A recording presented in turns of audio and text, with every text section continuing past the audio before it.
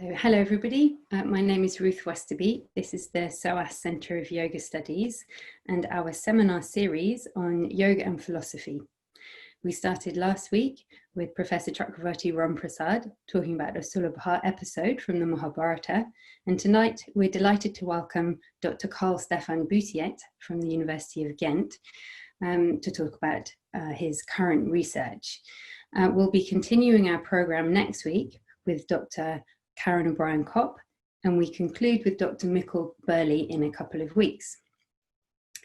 So Dr. Carl Stefan Bussiet obtained his PhD in 2018 in Indian philosophies from the Institute for Indology and Tibetology of the Ludwig Maximilians University in Munich, Germany, where he was a member of the Distant Worlds Munich Graduate School for Ancient Studies in the division Research on Coexistence.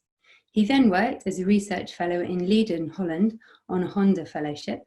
He currently holds a prestigious FWO postdoctoral research grant at Ghent.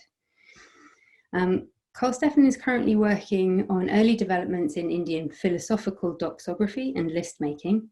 He's also theorizing the Indian intellectual dimensions of spiritual life, especially in the scholastic aspects of their expression, such as the yoga of reason or the path of knowledge. So I'm sure you'll all join me in welcoming Dr. Carl Stefan Bussiet, and we're very grateful, we're delighted for you to be presenting for the Centre of Yoga Studies this evening. Thank you.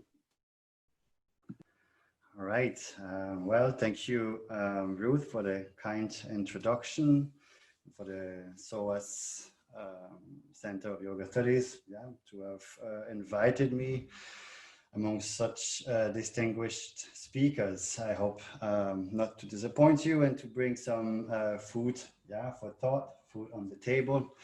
The talk I had planned today, titled Internalized Asceticism, Taxonomy, Tattva-Abhyāsa, and Jñāna-Yoga, will kind of keep to the plan, at least keep to the title. I realized while I was reading again the abstract that I was a bit ambitious, and it was kind of a talk that perhaps I would like to attend, but it's something that I felt was really hard to put in 20 to 30 minutes. So in order to somehow do that, I have to limit my material and to somehow read through a bit of what I have to present to you, but everything that I'll be reading more or less will appear on the slides, and there will be instances where I will speak, of course, on the side of the slides.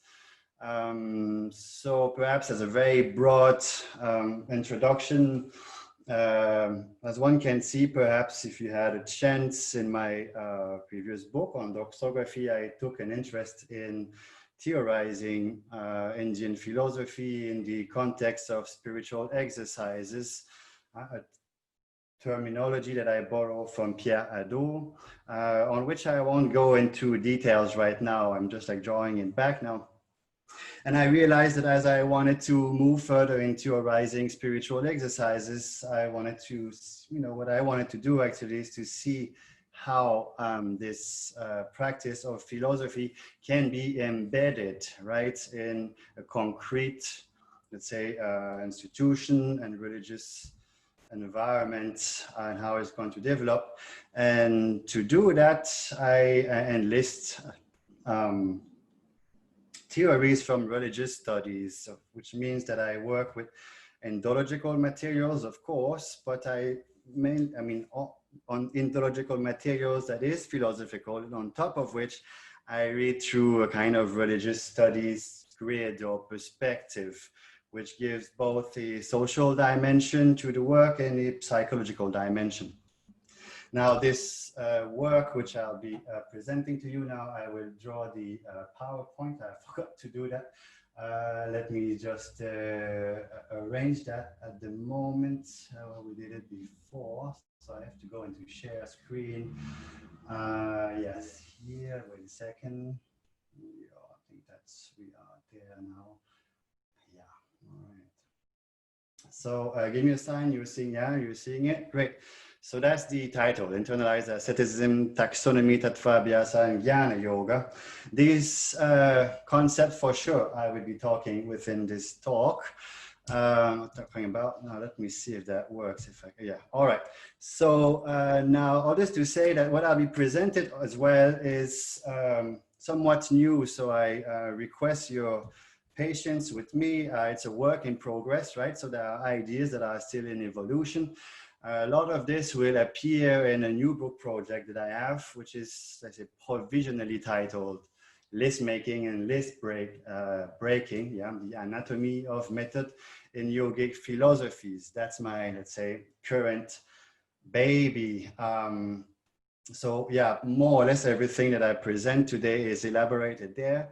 Unfortunately enough, if there was anything positive with that lockdown and COVID, for me, it would be that perhaps that I advanced quite much into that book. So the first part, which is actually quite long, is actually put down. It was still developed, but so what I'm presenting today is directly out of this.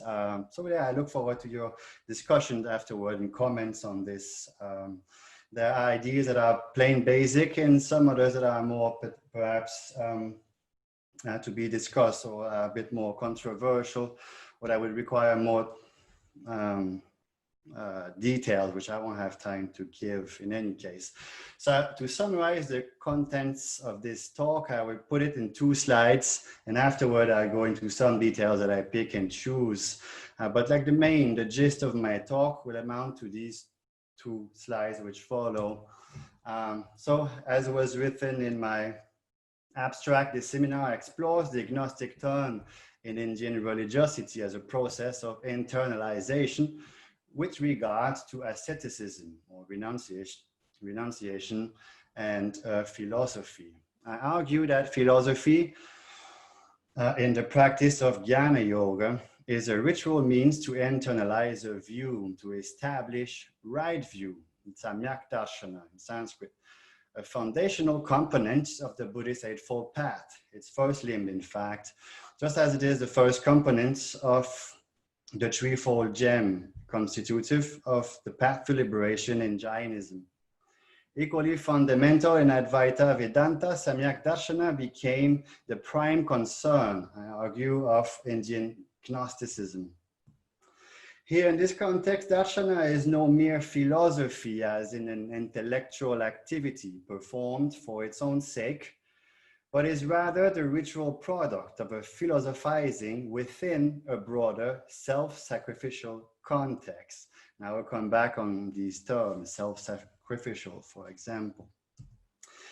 It is, so yeah, Darshana, let's say, it is the predicted outcome of philosophy's existential experience as a spiritual exercise, right? It's a product of a certain way of living.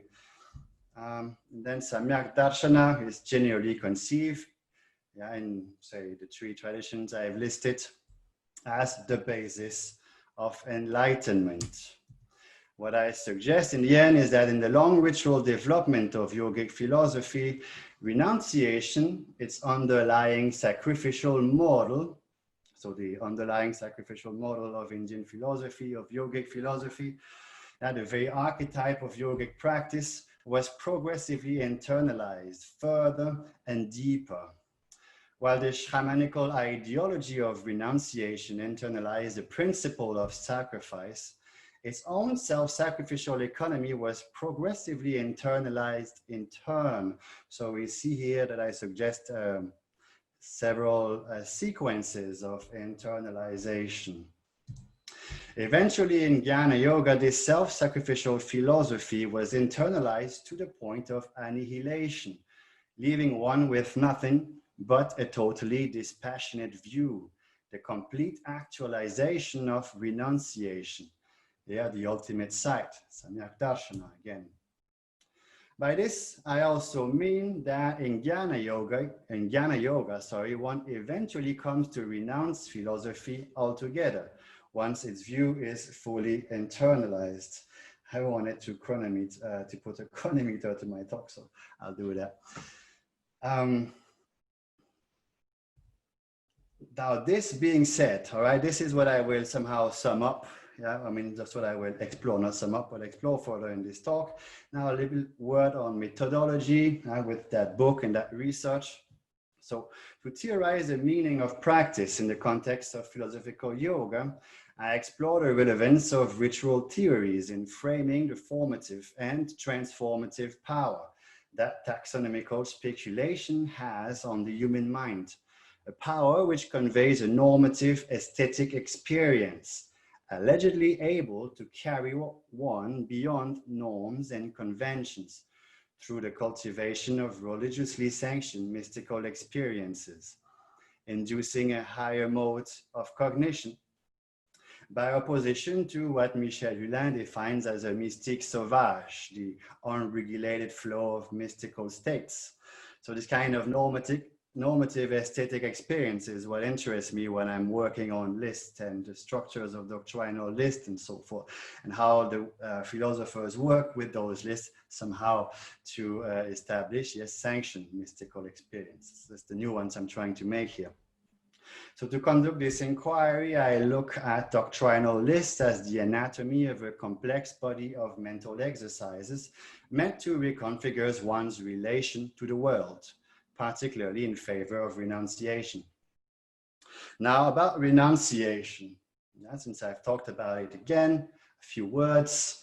To introduce the topic, let's say renunciation is a golden thread throughout much of Indian philosophy, especially of the yogic types, primarily interested in spiritual awakening and liberation. Now that is not enough, as an introduction to renunciation. So let's take our eminent Indian philosopher Mizori Iriyana, who talks about renunciation in a bit more dense manner. A necessary corollary to such a view, he says, of the goal of Indian philosophy, seeking for the central meaning of existence, is the laying down of a suitable course of practice, of practical discipline for its attainment. Philosophy thereby becomes a way of life, not merely a way of thought.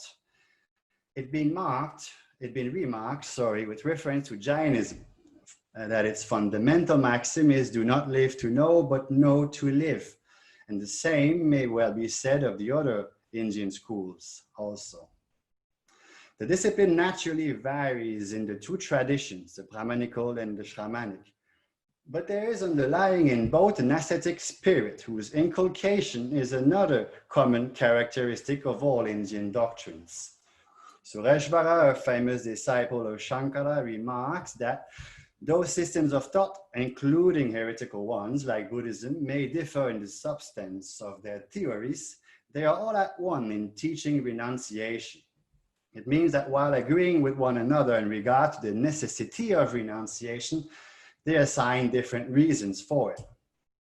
That the heretical system, the Shramanic, as Hirayana continues, which in general were pessimistic, should have commanded absolute detachment is quite intelligible, for they were pervaded by a belief in the vanity and nothingness of life. Here we remind ourselves that we have a Brahmin commenting on, in any case, what is spiritually noteworthy here is that the Orthodox school, Brahmanical, also some of which at least were optimistic, should have done the same. So he's kind of framing renunciation as that thread which goes through all the schools of Indian philosophy, and particularly I would say those yogic schools interested in liberation and so forth. So before one is able to totally renounce the world, however, one must come to know it somehow. To identify precisely what is to be abandoned, so as to realize the interactive interplay between the world as conventionally perceived and the conventional perceiver with which the mind identifies. Just as in ritual, one must know exactly what is to be sacrificed and when and how and so forth, with what instrument and so forth, lest the whole rite is spoiled. Philosophical yoga, I argue, establishes the correct means of self-sacrifice, without which one's renunciation risks being misguided. As an illustration to this, let's take this Madhyamika Buddhism Bhāviveka, which I suggested you could read an article from me on that topic. Yeah, by the way, these two texts are supplementing the talk so to give you much further background to what I'm saying, but you can understand that talk without having read it if it so happened that you have no time. Yeah, and in case if you wanted to go deeper, then you can read those texts afterward. So this Madhyamika Buddhist Bhāviveka and his Madhyamika Hridaya-Karika, his heart, his commentary on the heart of the middle way, makes a remarkable observation in the context of an opponent arguing that abstaining from eating food brings merit. He says, again, if one argues that there is merit in not eating and so on because there is renunciation, as in abstaining from misconduct, then, for the reason that truth and so on can also be forsaken, abandoned, this is a fallacious reasoning. The abandonment of eating does not incur merit because such an activity is not an offense. It is like the abandonment of one's resolve from a person of pure aspiration. Yeah, so here Bhāviveka suggesting that merely renouncing something doesn't do much. It depends what you're renouncing. We find a similar discourse again in the Bhagavad Gita when the yoga of action or karma yoga is being introduced. We can read there, a man does not attain freedom from the results of action by abstaining from action, and he does not approach perfection simply by renunciation. Now we can see that these two texts are structured quite differently. One follows, let's say, more formal, logical approach to making a statement. This one is more of in a, I would say, narrative setting, yet it goes afterward to kind of prove its claim. Again, the idea is that, in both texts, say renunciation in and by itself is not the way to freedom. One must know exactly what to renounce to. Yeah, thus one learns a set of traditional teachings which situate oneself into a normative symbolic structure of the world, intersected by several levels of more or less abstract mental categories to represent and interact with the world. Philosophical yoga, I argue, in this context, unbinds categories. It dissolves the world, but it does so after it first made it bloom. Yeah, its ritual purpose as a structured mode of contemplation is to cultivate one's total renunciation. Renunciation here, though perhaps the most antisocial aspect of the ideology sponsored by Indian religions, nonetheless pertains to the domain of codified ritual. It is a social institution in its own right, with its own rules and systems. The Jaina early emphasis on renunciation and asceticism is a case in point. Here, William G. Johnson, from which I suggested you could read a part of his work, happily discussed how Jaina ascetics long rejected the social values of householders and avoided their proximity, before slowly opening up to the idea of entertaining a lay following. He observes that the ascetic's life, which is so hard to follow, is designed to reduce monks to a minimum of dependence upon lay society. In the peculiar taxonomy of early Jainas, the livelihood of the common man is inherently sinful. As Johnson relates, rebirth in hell is here portrayed as the inevitable result of leading the life of a householder, right? So there is in early Jainism a strong, very strong emphasis on renunciation. And one way to understand that renunciation, if we were to begin with, is to live a life that is not the life of the normal householder. Unavoidably, Jaina philosophy evolved along the lines of its shifting ascetic attitude towards renunciation and worldly life. This is what more or less is explained in Johnson's book, which I find very well enunciated. So I really recommend reading it. So the influence of the renunciate's lifestyle profoundly marked the development of yogic philosophy. Johnson even suggests that the practice of philosophy itself, which shifted the earlier Jaina emphasis on purifying karma through tapas, here to ascetic practices, yeah, in favor of agnostic soteriology, insisting on the true knowledge of the self, can be described as an internalized form of renunciation. Now, my work here is to say that his remarks, reverberate beyond the Jaina worldview.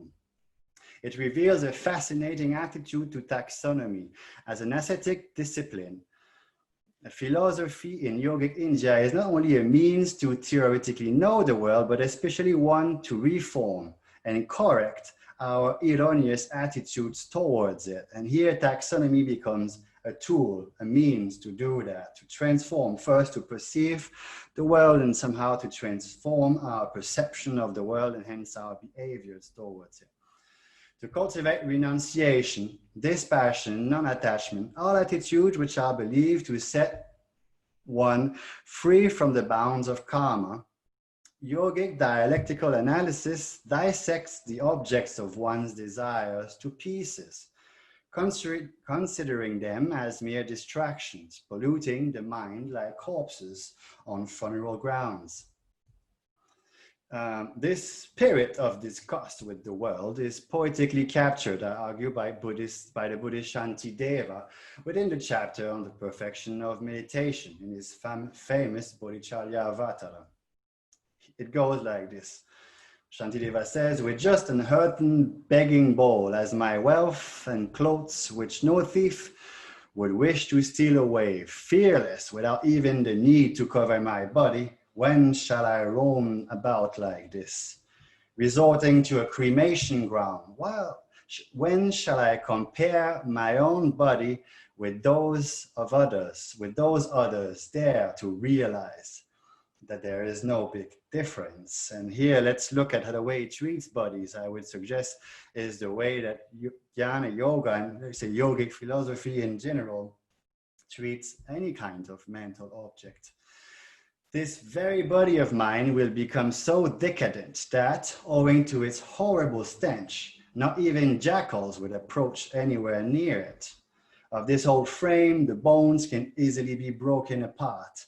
Then why will not similar bodies of dear ones or friends or relatives similarly fall apart?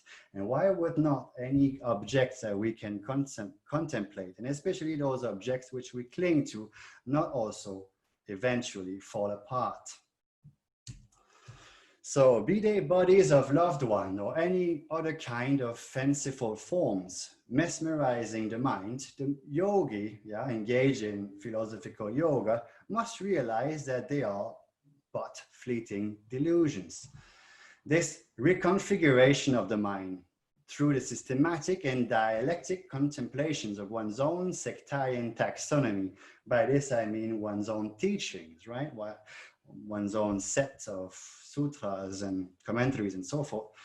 So this reconfiguration of the mind grinds down categories like mustard seeds, to extract their knowledge nectar, amrita, the essence of reality. Now I'm borrowing metaphors from different texts. The amrita is a term particularly liked by Bhāviveka, for example. This grinding, this tarka of the mental universe encapsulate one of the most paradoxical and radical aspects of philosophical yoga. Now, a few words on tarka. It is the word commonly used to talk about debate and so forth, arguments, but its etymology refers back to what we have in Latin, like tordere, like in French, to tordre, to squeeze out, to like you would extract the water from a towel, right? To I don't know in English, it gets out of my mind. Any kind, so a kind of grinding. So that's why I use this grinding of the mental universe. This is what somehow, philosophy does in performative manner through debate. Yet it appears in its most formalist, to go back to what is the it here. So this radical aspect of philosophical yoga appears in its most formalist and conservative expressions, lists, forms, categories, rules, canons, systems, all of which I subsume under the noun taxonomy. The study of these doctrinal taxonomies is often referred to as Tattva-Abhyāsa. So the practice of tattva, those categories, these principles or elements of a doctrine. This term is particularly important in Sankhya, where we find a related vocabulary throughout philosophy. So now that I've put this, let's say, primarily and very brief background, I would like to present a certain periodization of Indian thought, which could help us somehow to embed this mode of practice, this philosophical speculation within, let's say, the broader Indian range of philosophical literature. Now, I would need to go into a lot of commentaries to defend what I'm going to present, and I don't have the time to do that. So perhaps in the questions, you might want to come back on that. So please allow yourself to be surprised or not at all. But I will just go through it rather briefly and try to make it clear.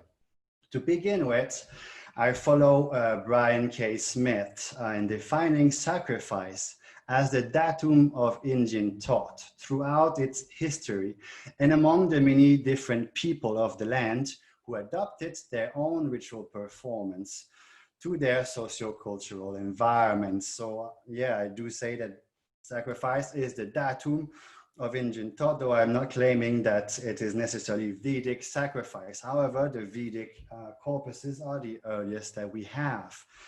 Now, if we go to the taxonomy that I've here, just don't see, I'll do something here. All right, so if we go to the taxonomies that I am developing, you will see that I'm using a vocabulary that I borrow from biology. Yeah, actually that's how you would build a taxonomy of living beings. Hence, actually by doing this, I want to think of Indian thoughts as species, a species of Indian thought. And my effort in making this periodization is to try to say, the species of Jnāna-Yoga, let's say, this species of text and literature, where does it emerge? And it emerged out of, of other species that were already there somehow. So this is why I use this vocabulary. And when I have this sacrificial thought generalist species, that might sound very odd. By a generalist species, I again borrow from biology. These are the species that can, say, eat a very broad amount of food and adapt to a very broad niche, and very broad environment.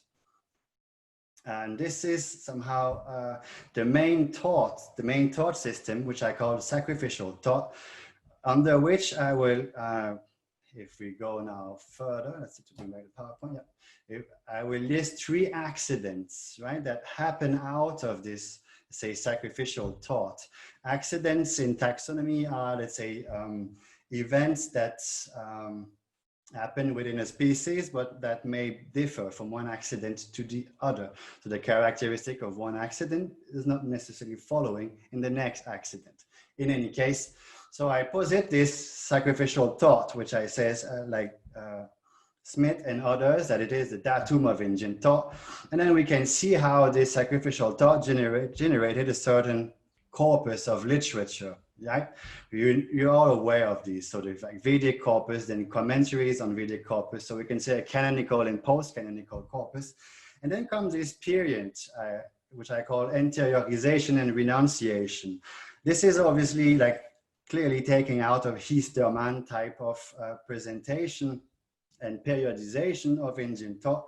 And there's a lot to be criticized in Easterman, and I will not go into that, but it's quite helpful to me. So here, Easterman like somehow theorized, or was one of the first to theorize, that we see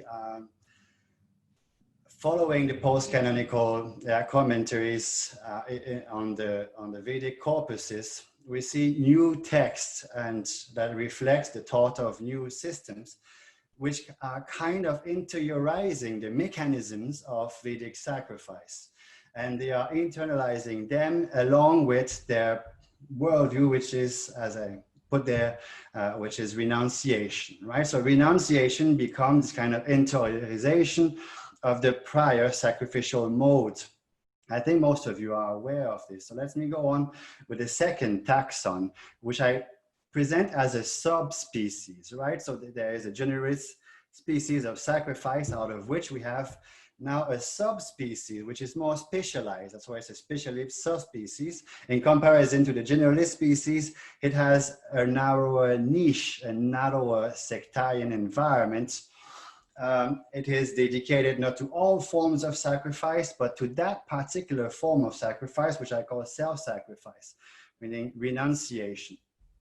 Now, interestingly, this self-sacrificial species has three accidents which somehow correspond to the original one, right? So also we have, out of the Upanishads and the Shramanic, let's say, first movement, we have a canon that slowly emerges, is put together, out of which a post-canonical literature arrives.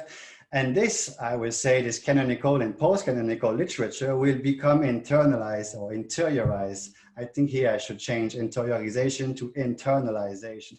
I'll do that, I just saw that. In any case, so this internalization and renunciation would lead to this Jnāna-Yoga aspect, which we are talking about right now. So I'll explain a bit more details. The second sequence, the self-sacrificial thought specialist subspecies. I'm deeply sorry for how nerdy that looks like, but yeah, within the commentaries that I provide, it's kind of working together. So the first one, the canonical literature, comes from what conservative philosophers, okay, that might be a pleonasm, but anyway, what conservative philosophers like to call a pre-systematic or pre-philosophical period, what I rather call the canonical period, marked by the composition and the selections of foundational literature, such as the Upanishad, the Sutra literatures of the Shramanical movement. Now, a second step, the post-canonical literature, is this more systematic philosophical thought, which emerges out of canonical literature with the progressive enunciations of rigorous epistemologies formulated in scholastic commentarial treatises. I guess most of you are aware of that, right? It's kind of a history of Indian thought. That is what I label post-canonical period. Yeah, the earlier segment of this period is marked by the compositions of sutras establishing the main tenets of the various Brahmanical, Darshanic, philosophical systems of thought, like Sankhya, Nyaya, Vaisheshika, name it. Yeah, all of them who kept their allegiance to the Vedic canon of the first taxon. So we notice that, like, when, let's say, a new species comes about, it does not negate or prevents the other one from continuing to be and to develop. Now, here we go to the third category, which interests me more in this discussion. So I say eventually a third movement gains in popularity, which I identify with the broader dissemination of Jnāna-Yoga, namely the interiorizations of philosophical doctrines and their renunciation through the formulation of a twofold scheme of reality, positing a distinction between the conventional and the absolute truth. So this will become a criteria for me to demarcate what is Jnāna-Yoga precisely when it becomes, I say, a radical Gnosticism. Well, it posits these two truths, conventional and absolute, right? Though such ideas can already be found in previous literature, at this period they are developed further and lead to concrete changes in religious practices. These changes are obviously related to social changes, for example, the relation between laity and the monastic orders, or the institutionalization of the same orders. Though the precise descriptions of these social changes and the way they affect philosophy is not easy and often just impossible due to a lack of data on the matter. To give an approximate date of the beginning of this wider dissemination of Jnāna-Yoga, I take the Prajnaparamita, the perfection of wisdom literature of Mahayana Buddhism, and especially a systematic enunciation credited to Nāgārjuna, the 1st and 2nd century of our era, to be an historical marker, followed closely by the theories attributed to the Jaina Kundakunda and the Vedantin Gaudapada. These thinkers brought to the fore a latent tendency in ritual speculation in order to insist on soteriological primacy of knowledge, on jnana or prajna. In other words, they radicalized earlier ideas. In this radical Gnosticism, knowledge becomes both the how and why of sacrifice. I argue it is the knowledge of both how the ritual order of the world holds together and the knowledge as to why this order is ultimately illusory, which brings ritual success, freedom. Here, again, follow me, I am in this context where renunciation is a ritual process, and hence it has a, a ritual end somehow, which would be freedom. So these two elements are the two truths, and taking the world or the ritual order to be ultimately illusories are two defining characteristics of what I call Jnāna-Yoga. Now, numerous other genres of literatures could have been added to my list, of course, Tantra or Bhakti Yoga, medical literature. However, I argue that all of these emerge out of a form or another of sacrificial thought, adapting to different ecosystems of thoughts and practices, having different needs, and that they remain within the larger family of Indian thought, wherein sacrifice is the central datum. I'm trying to go a bit faster because I see that we're almost reaching out of time. So concerning this systematic, esoteric, and ritualistic speculation of the Tantra, consensually said to develop in Buddhist circles around 3rd century CE and in Shaivit circles around the 5th century CE, it can well be said to emerge both in reaction to and in continuity with the speculation of Jnāna-Yoga. Now, I mention it here because we are in the context of, SOAS, schools of yoga studies. I think it might be relevant to you. So the example of Tantra also suggests that the two periods of internalization, which I located at each ends of my two taxa, are not the only internalizing episodes to occur in Indian sacrificial practices, but both rather seem to partake of an ongoing dialogical exchange with back and forth movement, and thus to offer instances of continuity and correspondence within an otherwise highly fragmented sectarian landscape. Yeah, I take a quotation here from Richard K. Payne. Somehow, let's go through it very quickly. He suggests, right, that what we know, the transition from Vedic ritualism to Tantric yoga is often equated with the internalization of ritual. And he says this process began in India very early and so on. This is what I have talked about as well with the Histerman's theory and the periodization that I showed. So because of lack of time, I'll move to my next point. So I argue that before the kind of internalization which led to Tantra could happen, the ritual practice of philosophy needed to be internalized as well. This is what happened in Jnāna-Yoga. Payne's remark to the fact that in some doctrinal milieu, this internalized version or the substitute, the previous external ritual order is considered as a higher form of practice, I say is a topos, constantly accompanying the various manifestations of internalization occurring on the subcontinent and beyond. It is a recurrent object of debate in ancient literature. It was certainly the case for the Jnana yogins, who perceived themselves as performing the highest forms of practice, who had no doubt about their elevated ritual position, just as it was earlier the case for the shamanic renunciates, who rejected the householder ritual model. In turn, this debate between the proponent of internal and external ritual forms fostered a perpetual back and forth movement in Indian religious practice, where various factions crystallized their respective identity in response to one another's stance, promoting a form or another of externalization or internalization, all of them surely claiming to be the best. For example, here I quote Sureshvara, right? So let's just read the part in black. He makes it clear that whatever is to be known from the Veda and from no other source alone. Now, how do I take a Vedantin to say that I could have taken a Jain, I could have taken a Buddhist from whatever text, and they more or less agree that their own, say, ritual prototype, the Buddha, the Veda, or the Jina, is the highest. Now I will conclude by a little, let's say, a little discussion that will be one slide, more or less, of what is this practice that I call Jnana Yoga. How are we to sum it up in 3 steps somehow? So by focusing on taxonomical praxis, I say we can discern a general pattern in Jnāna-Yoga methodology.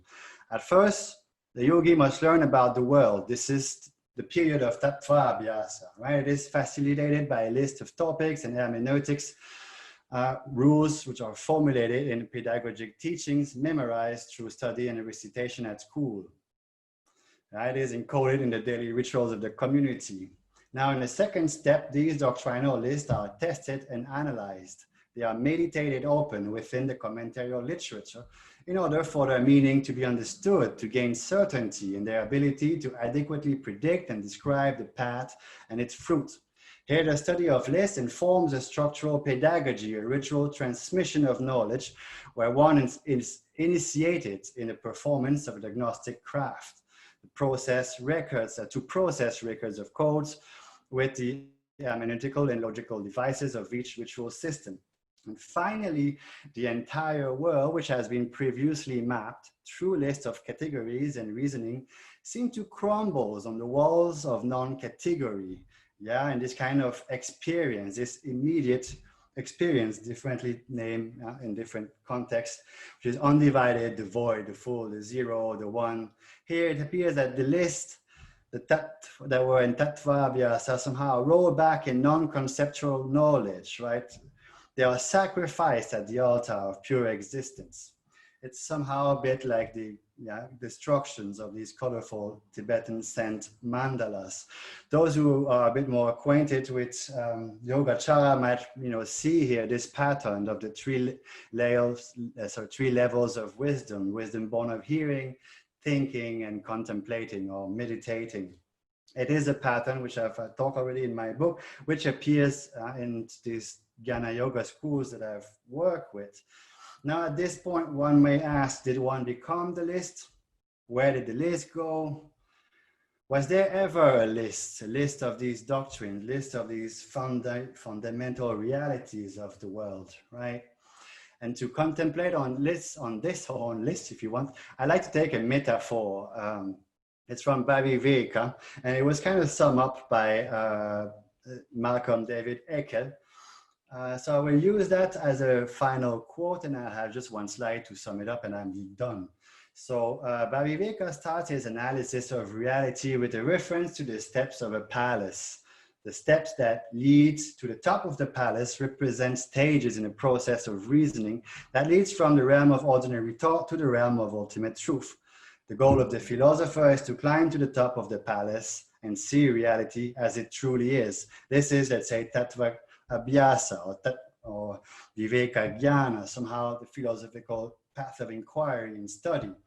Here, the goal of the philosopher is to climb to the top of the palace and see reality as it truly is. Remember, he's climbing at the top. He's becoming the top, right? Says, so I was telling before, this kind of topos of always being the best, right? When the image of the palace next appears, it represents reality with the ordinary values reversed. The structure that the philosopher once had to climb through, the laborious process of conventional study, becomes a palace seen in a dream. So here it is when somehow, yes, the ultimate value of these Tattva-Jnana, Tattvas are somehow perceived. So here I sum up the talk, let's say almost in a kind of sutra manner. So in Jnāna-Yoga, say once one's entire fundamental knowledge becomes like a palace seen in a dream, one's dispassionment towards the world is total. Renunciation has been achieved. Self-sacrifice is completed. One is blown out of existence.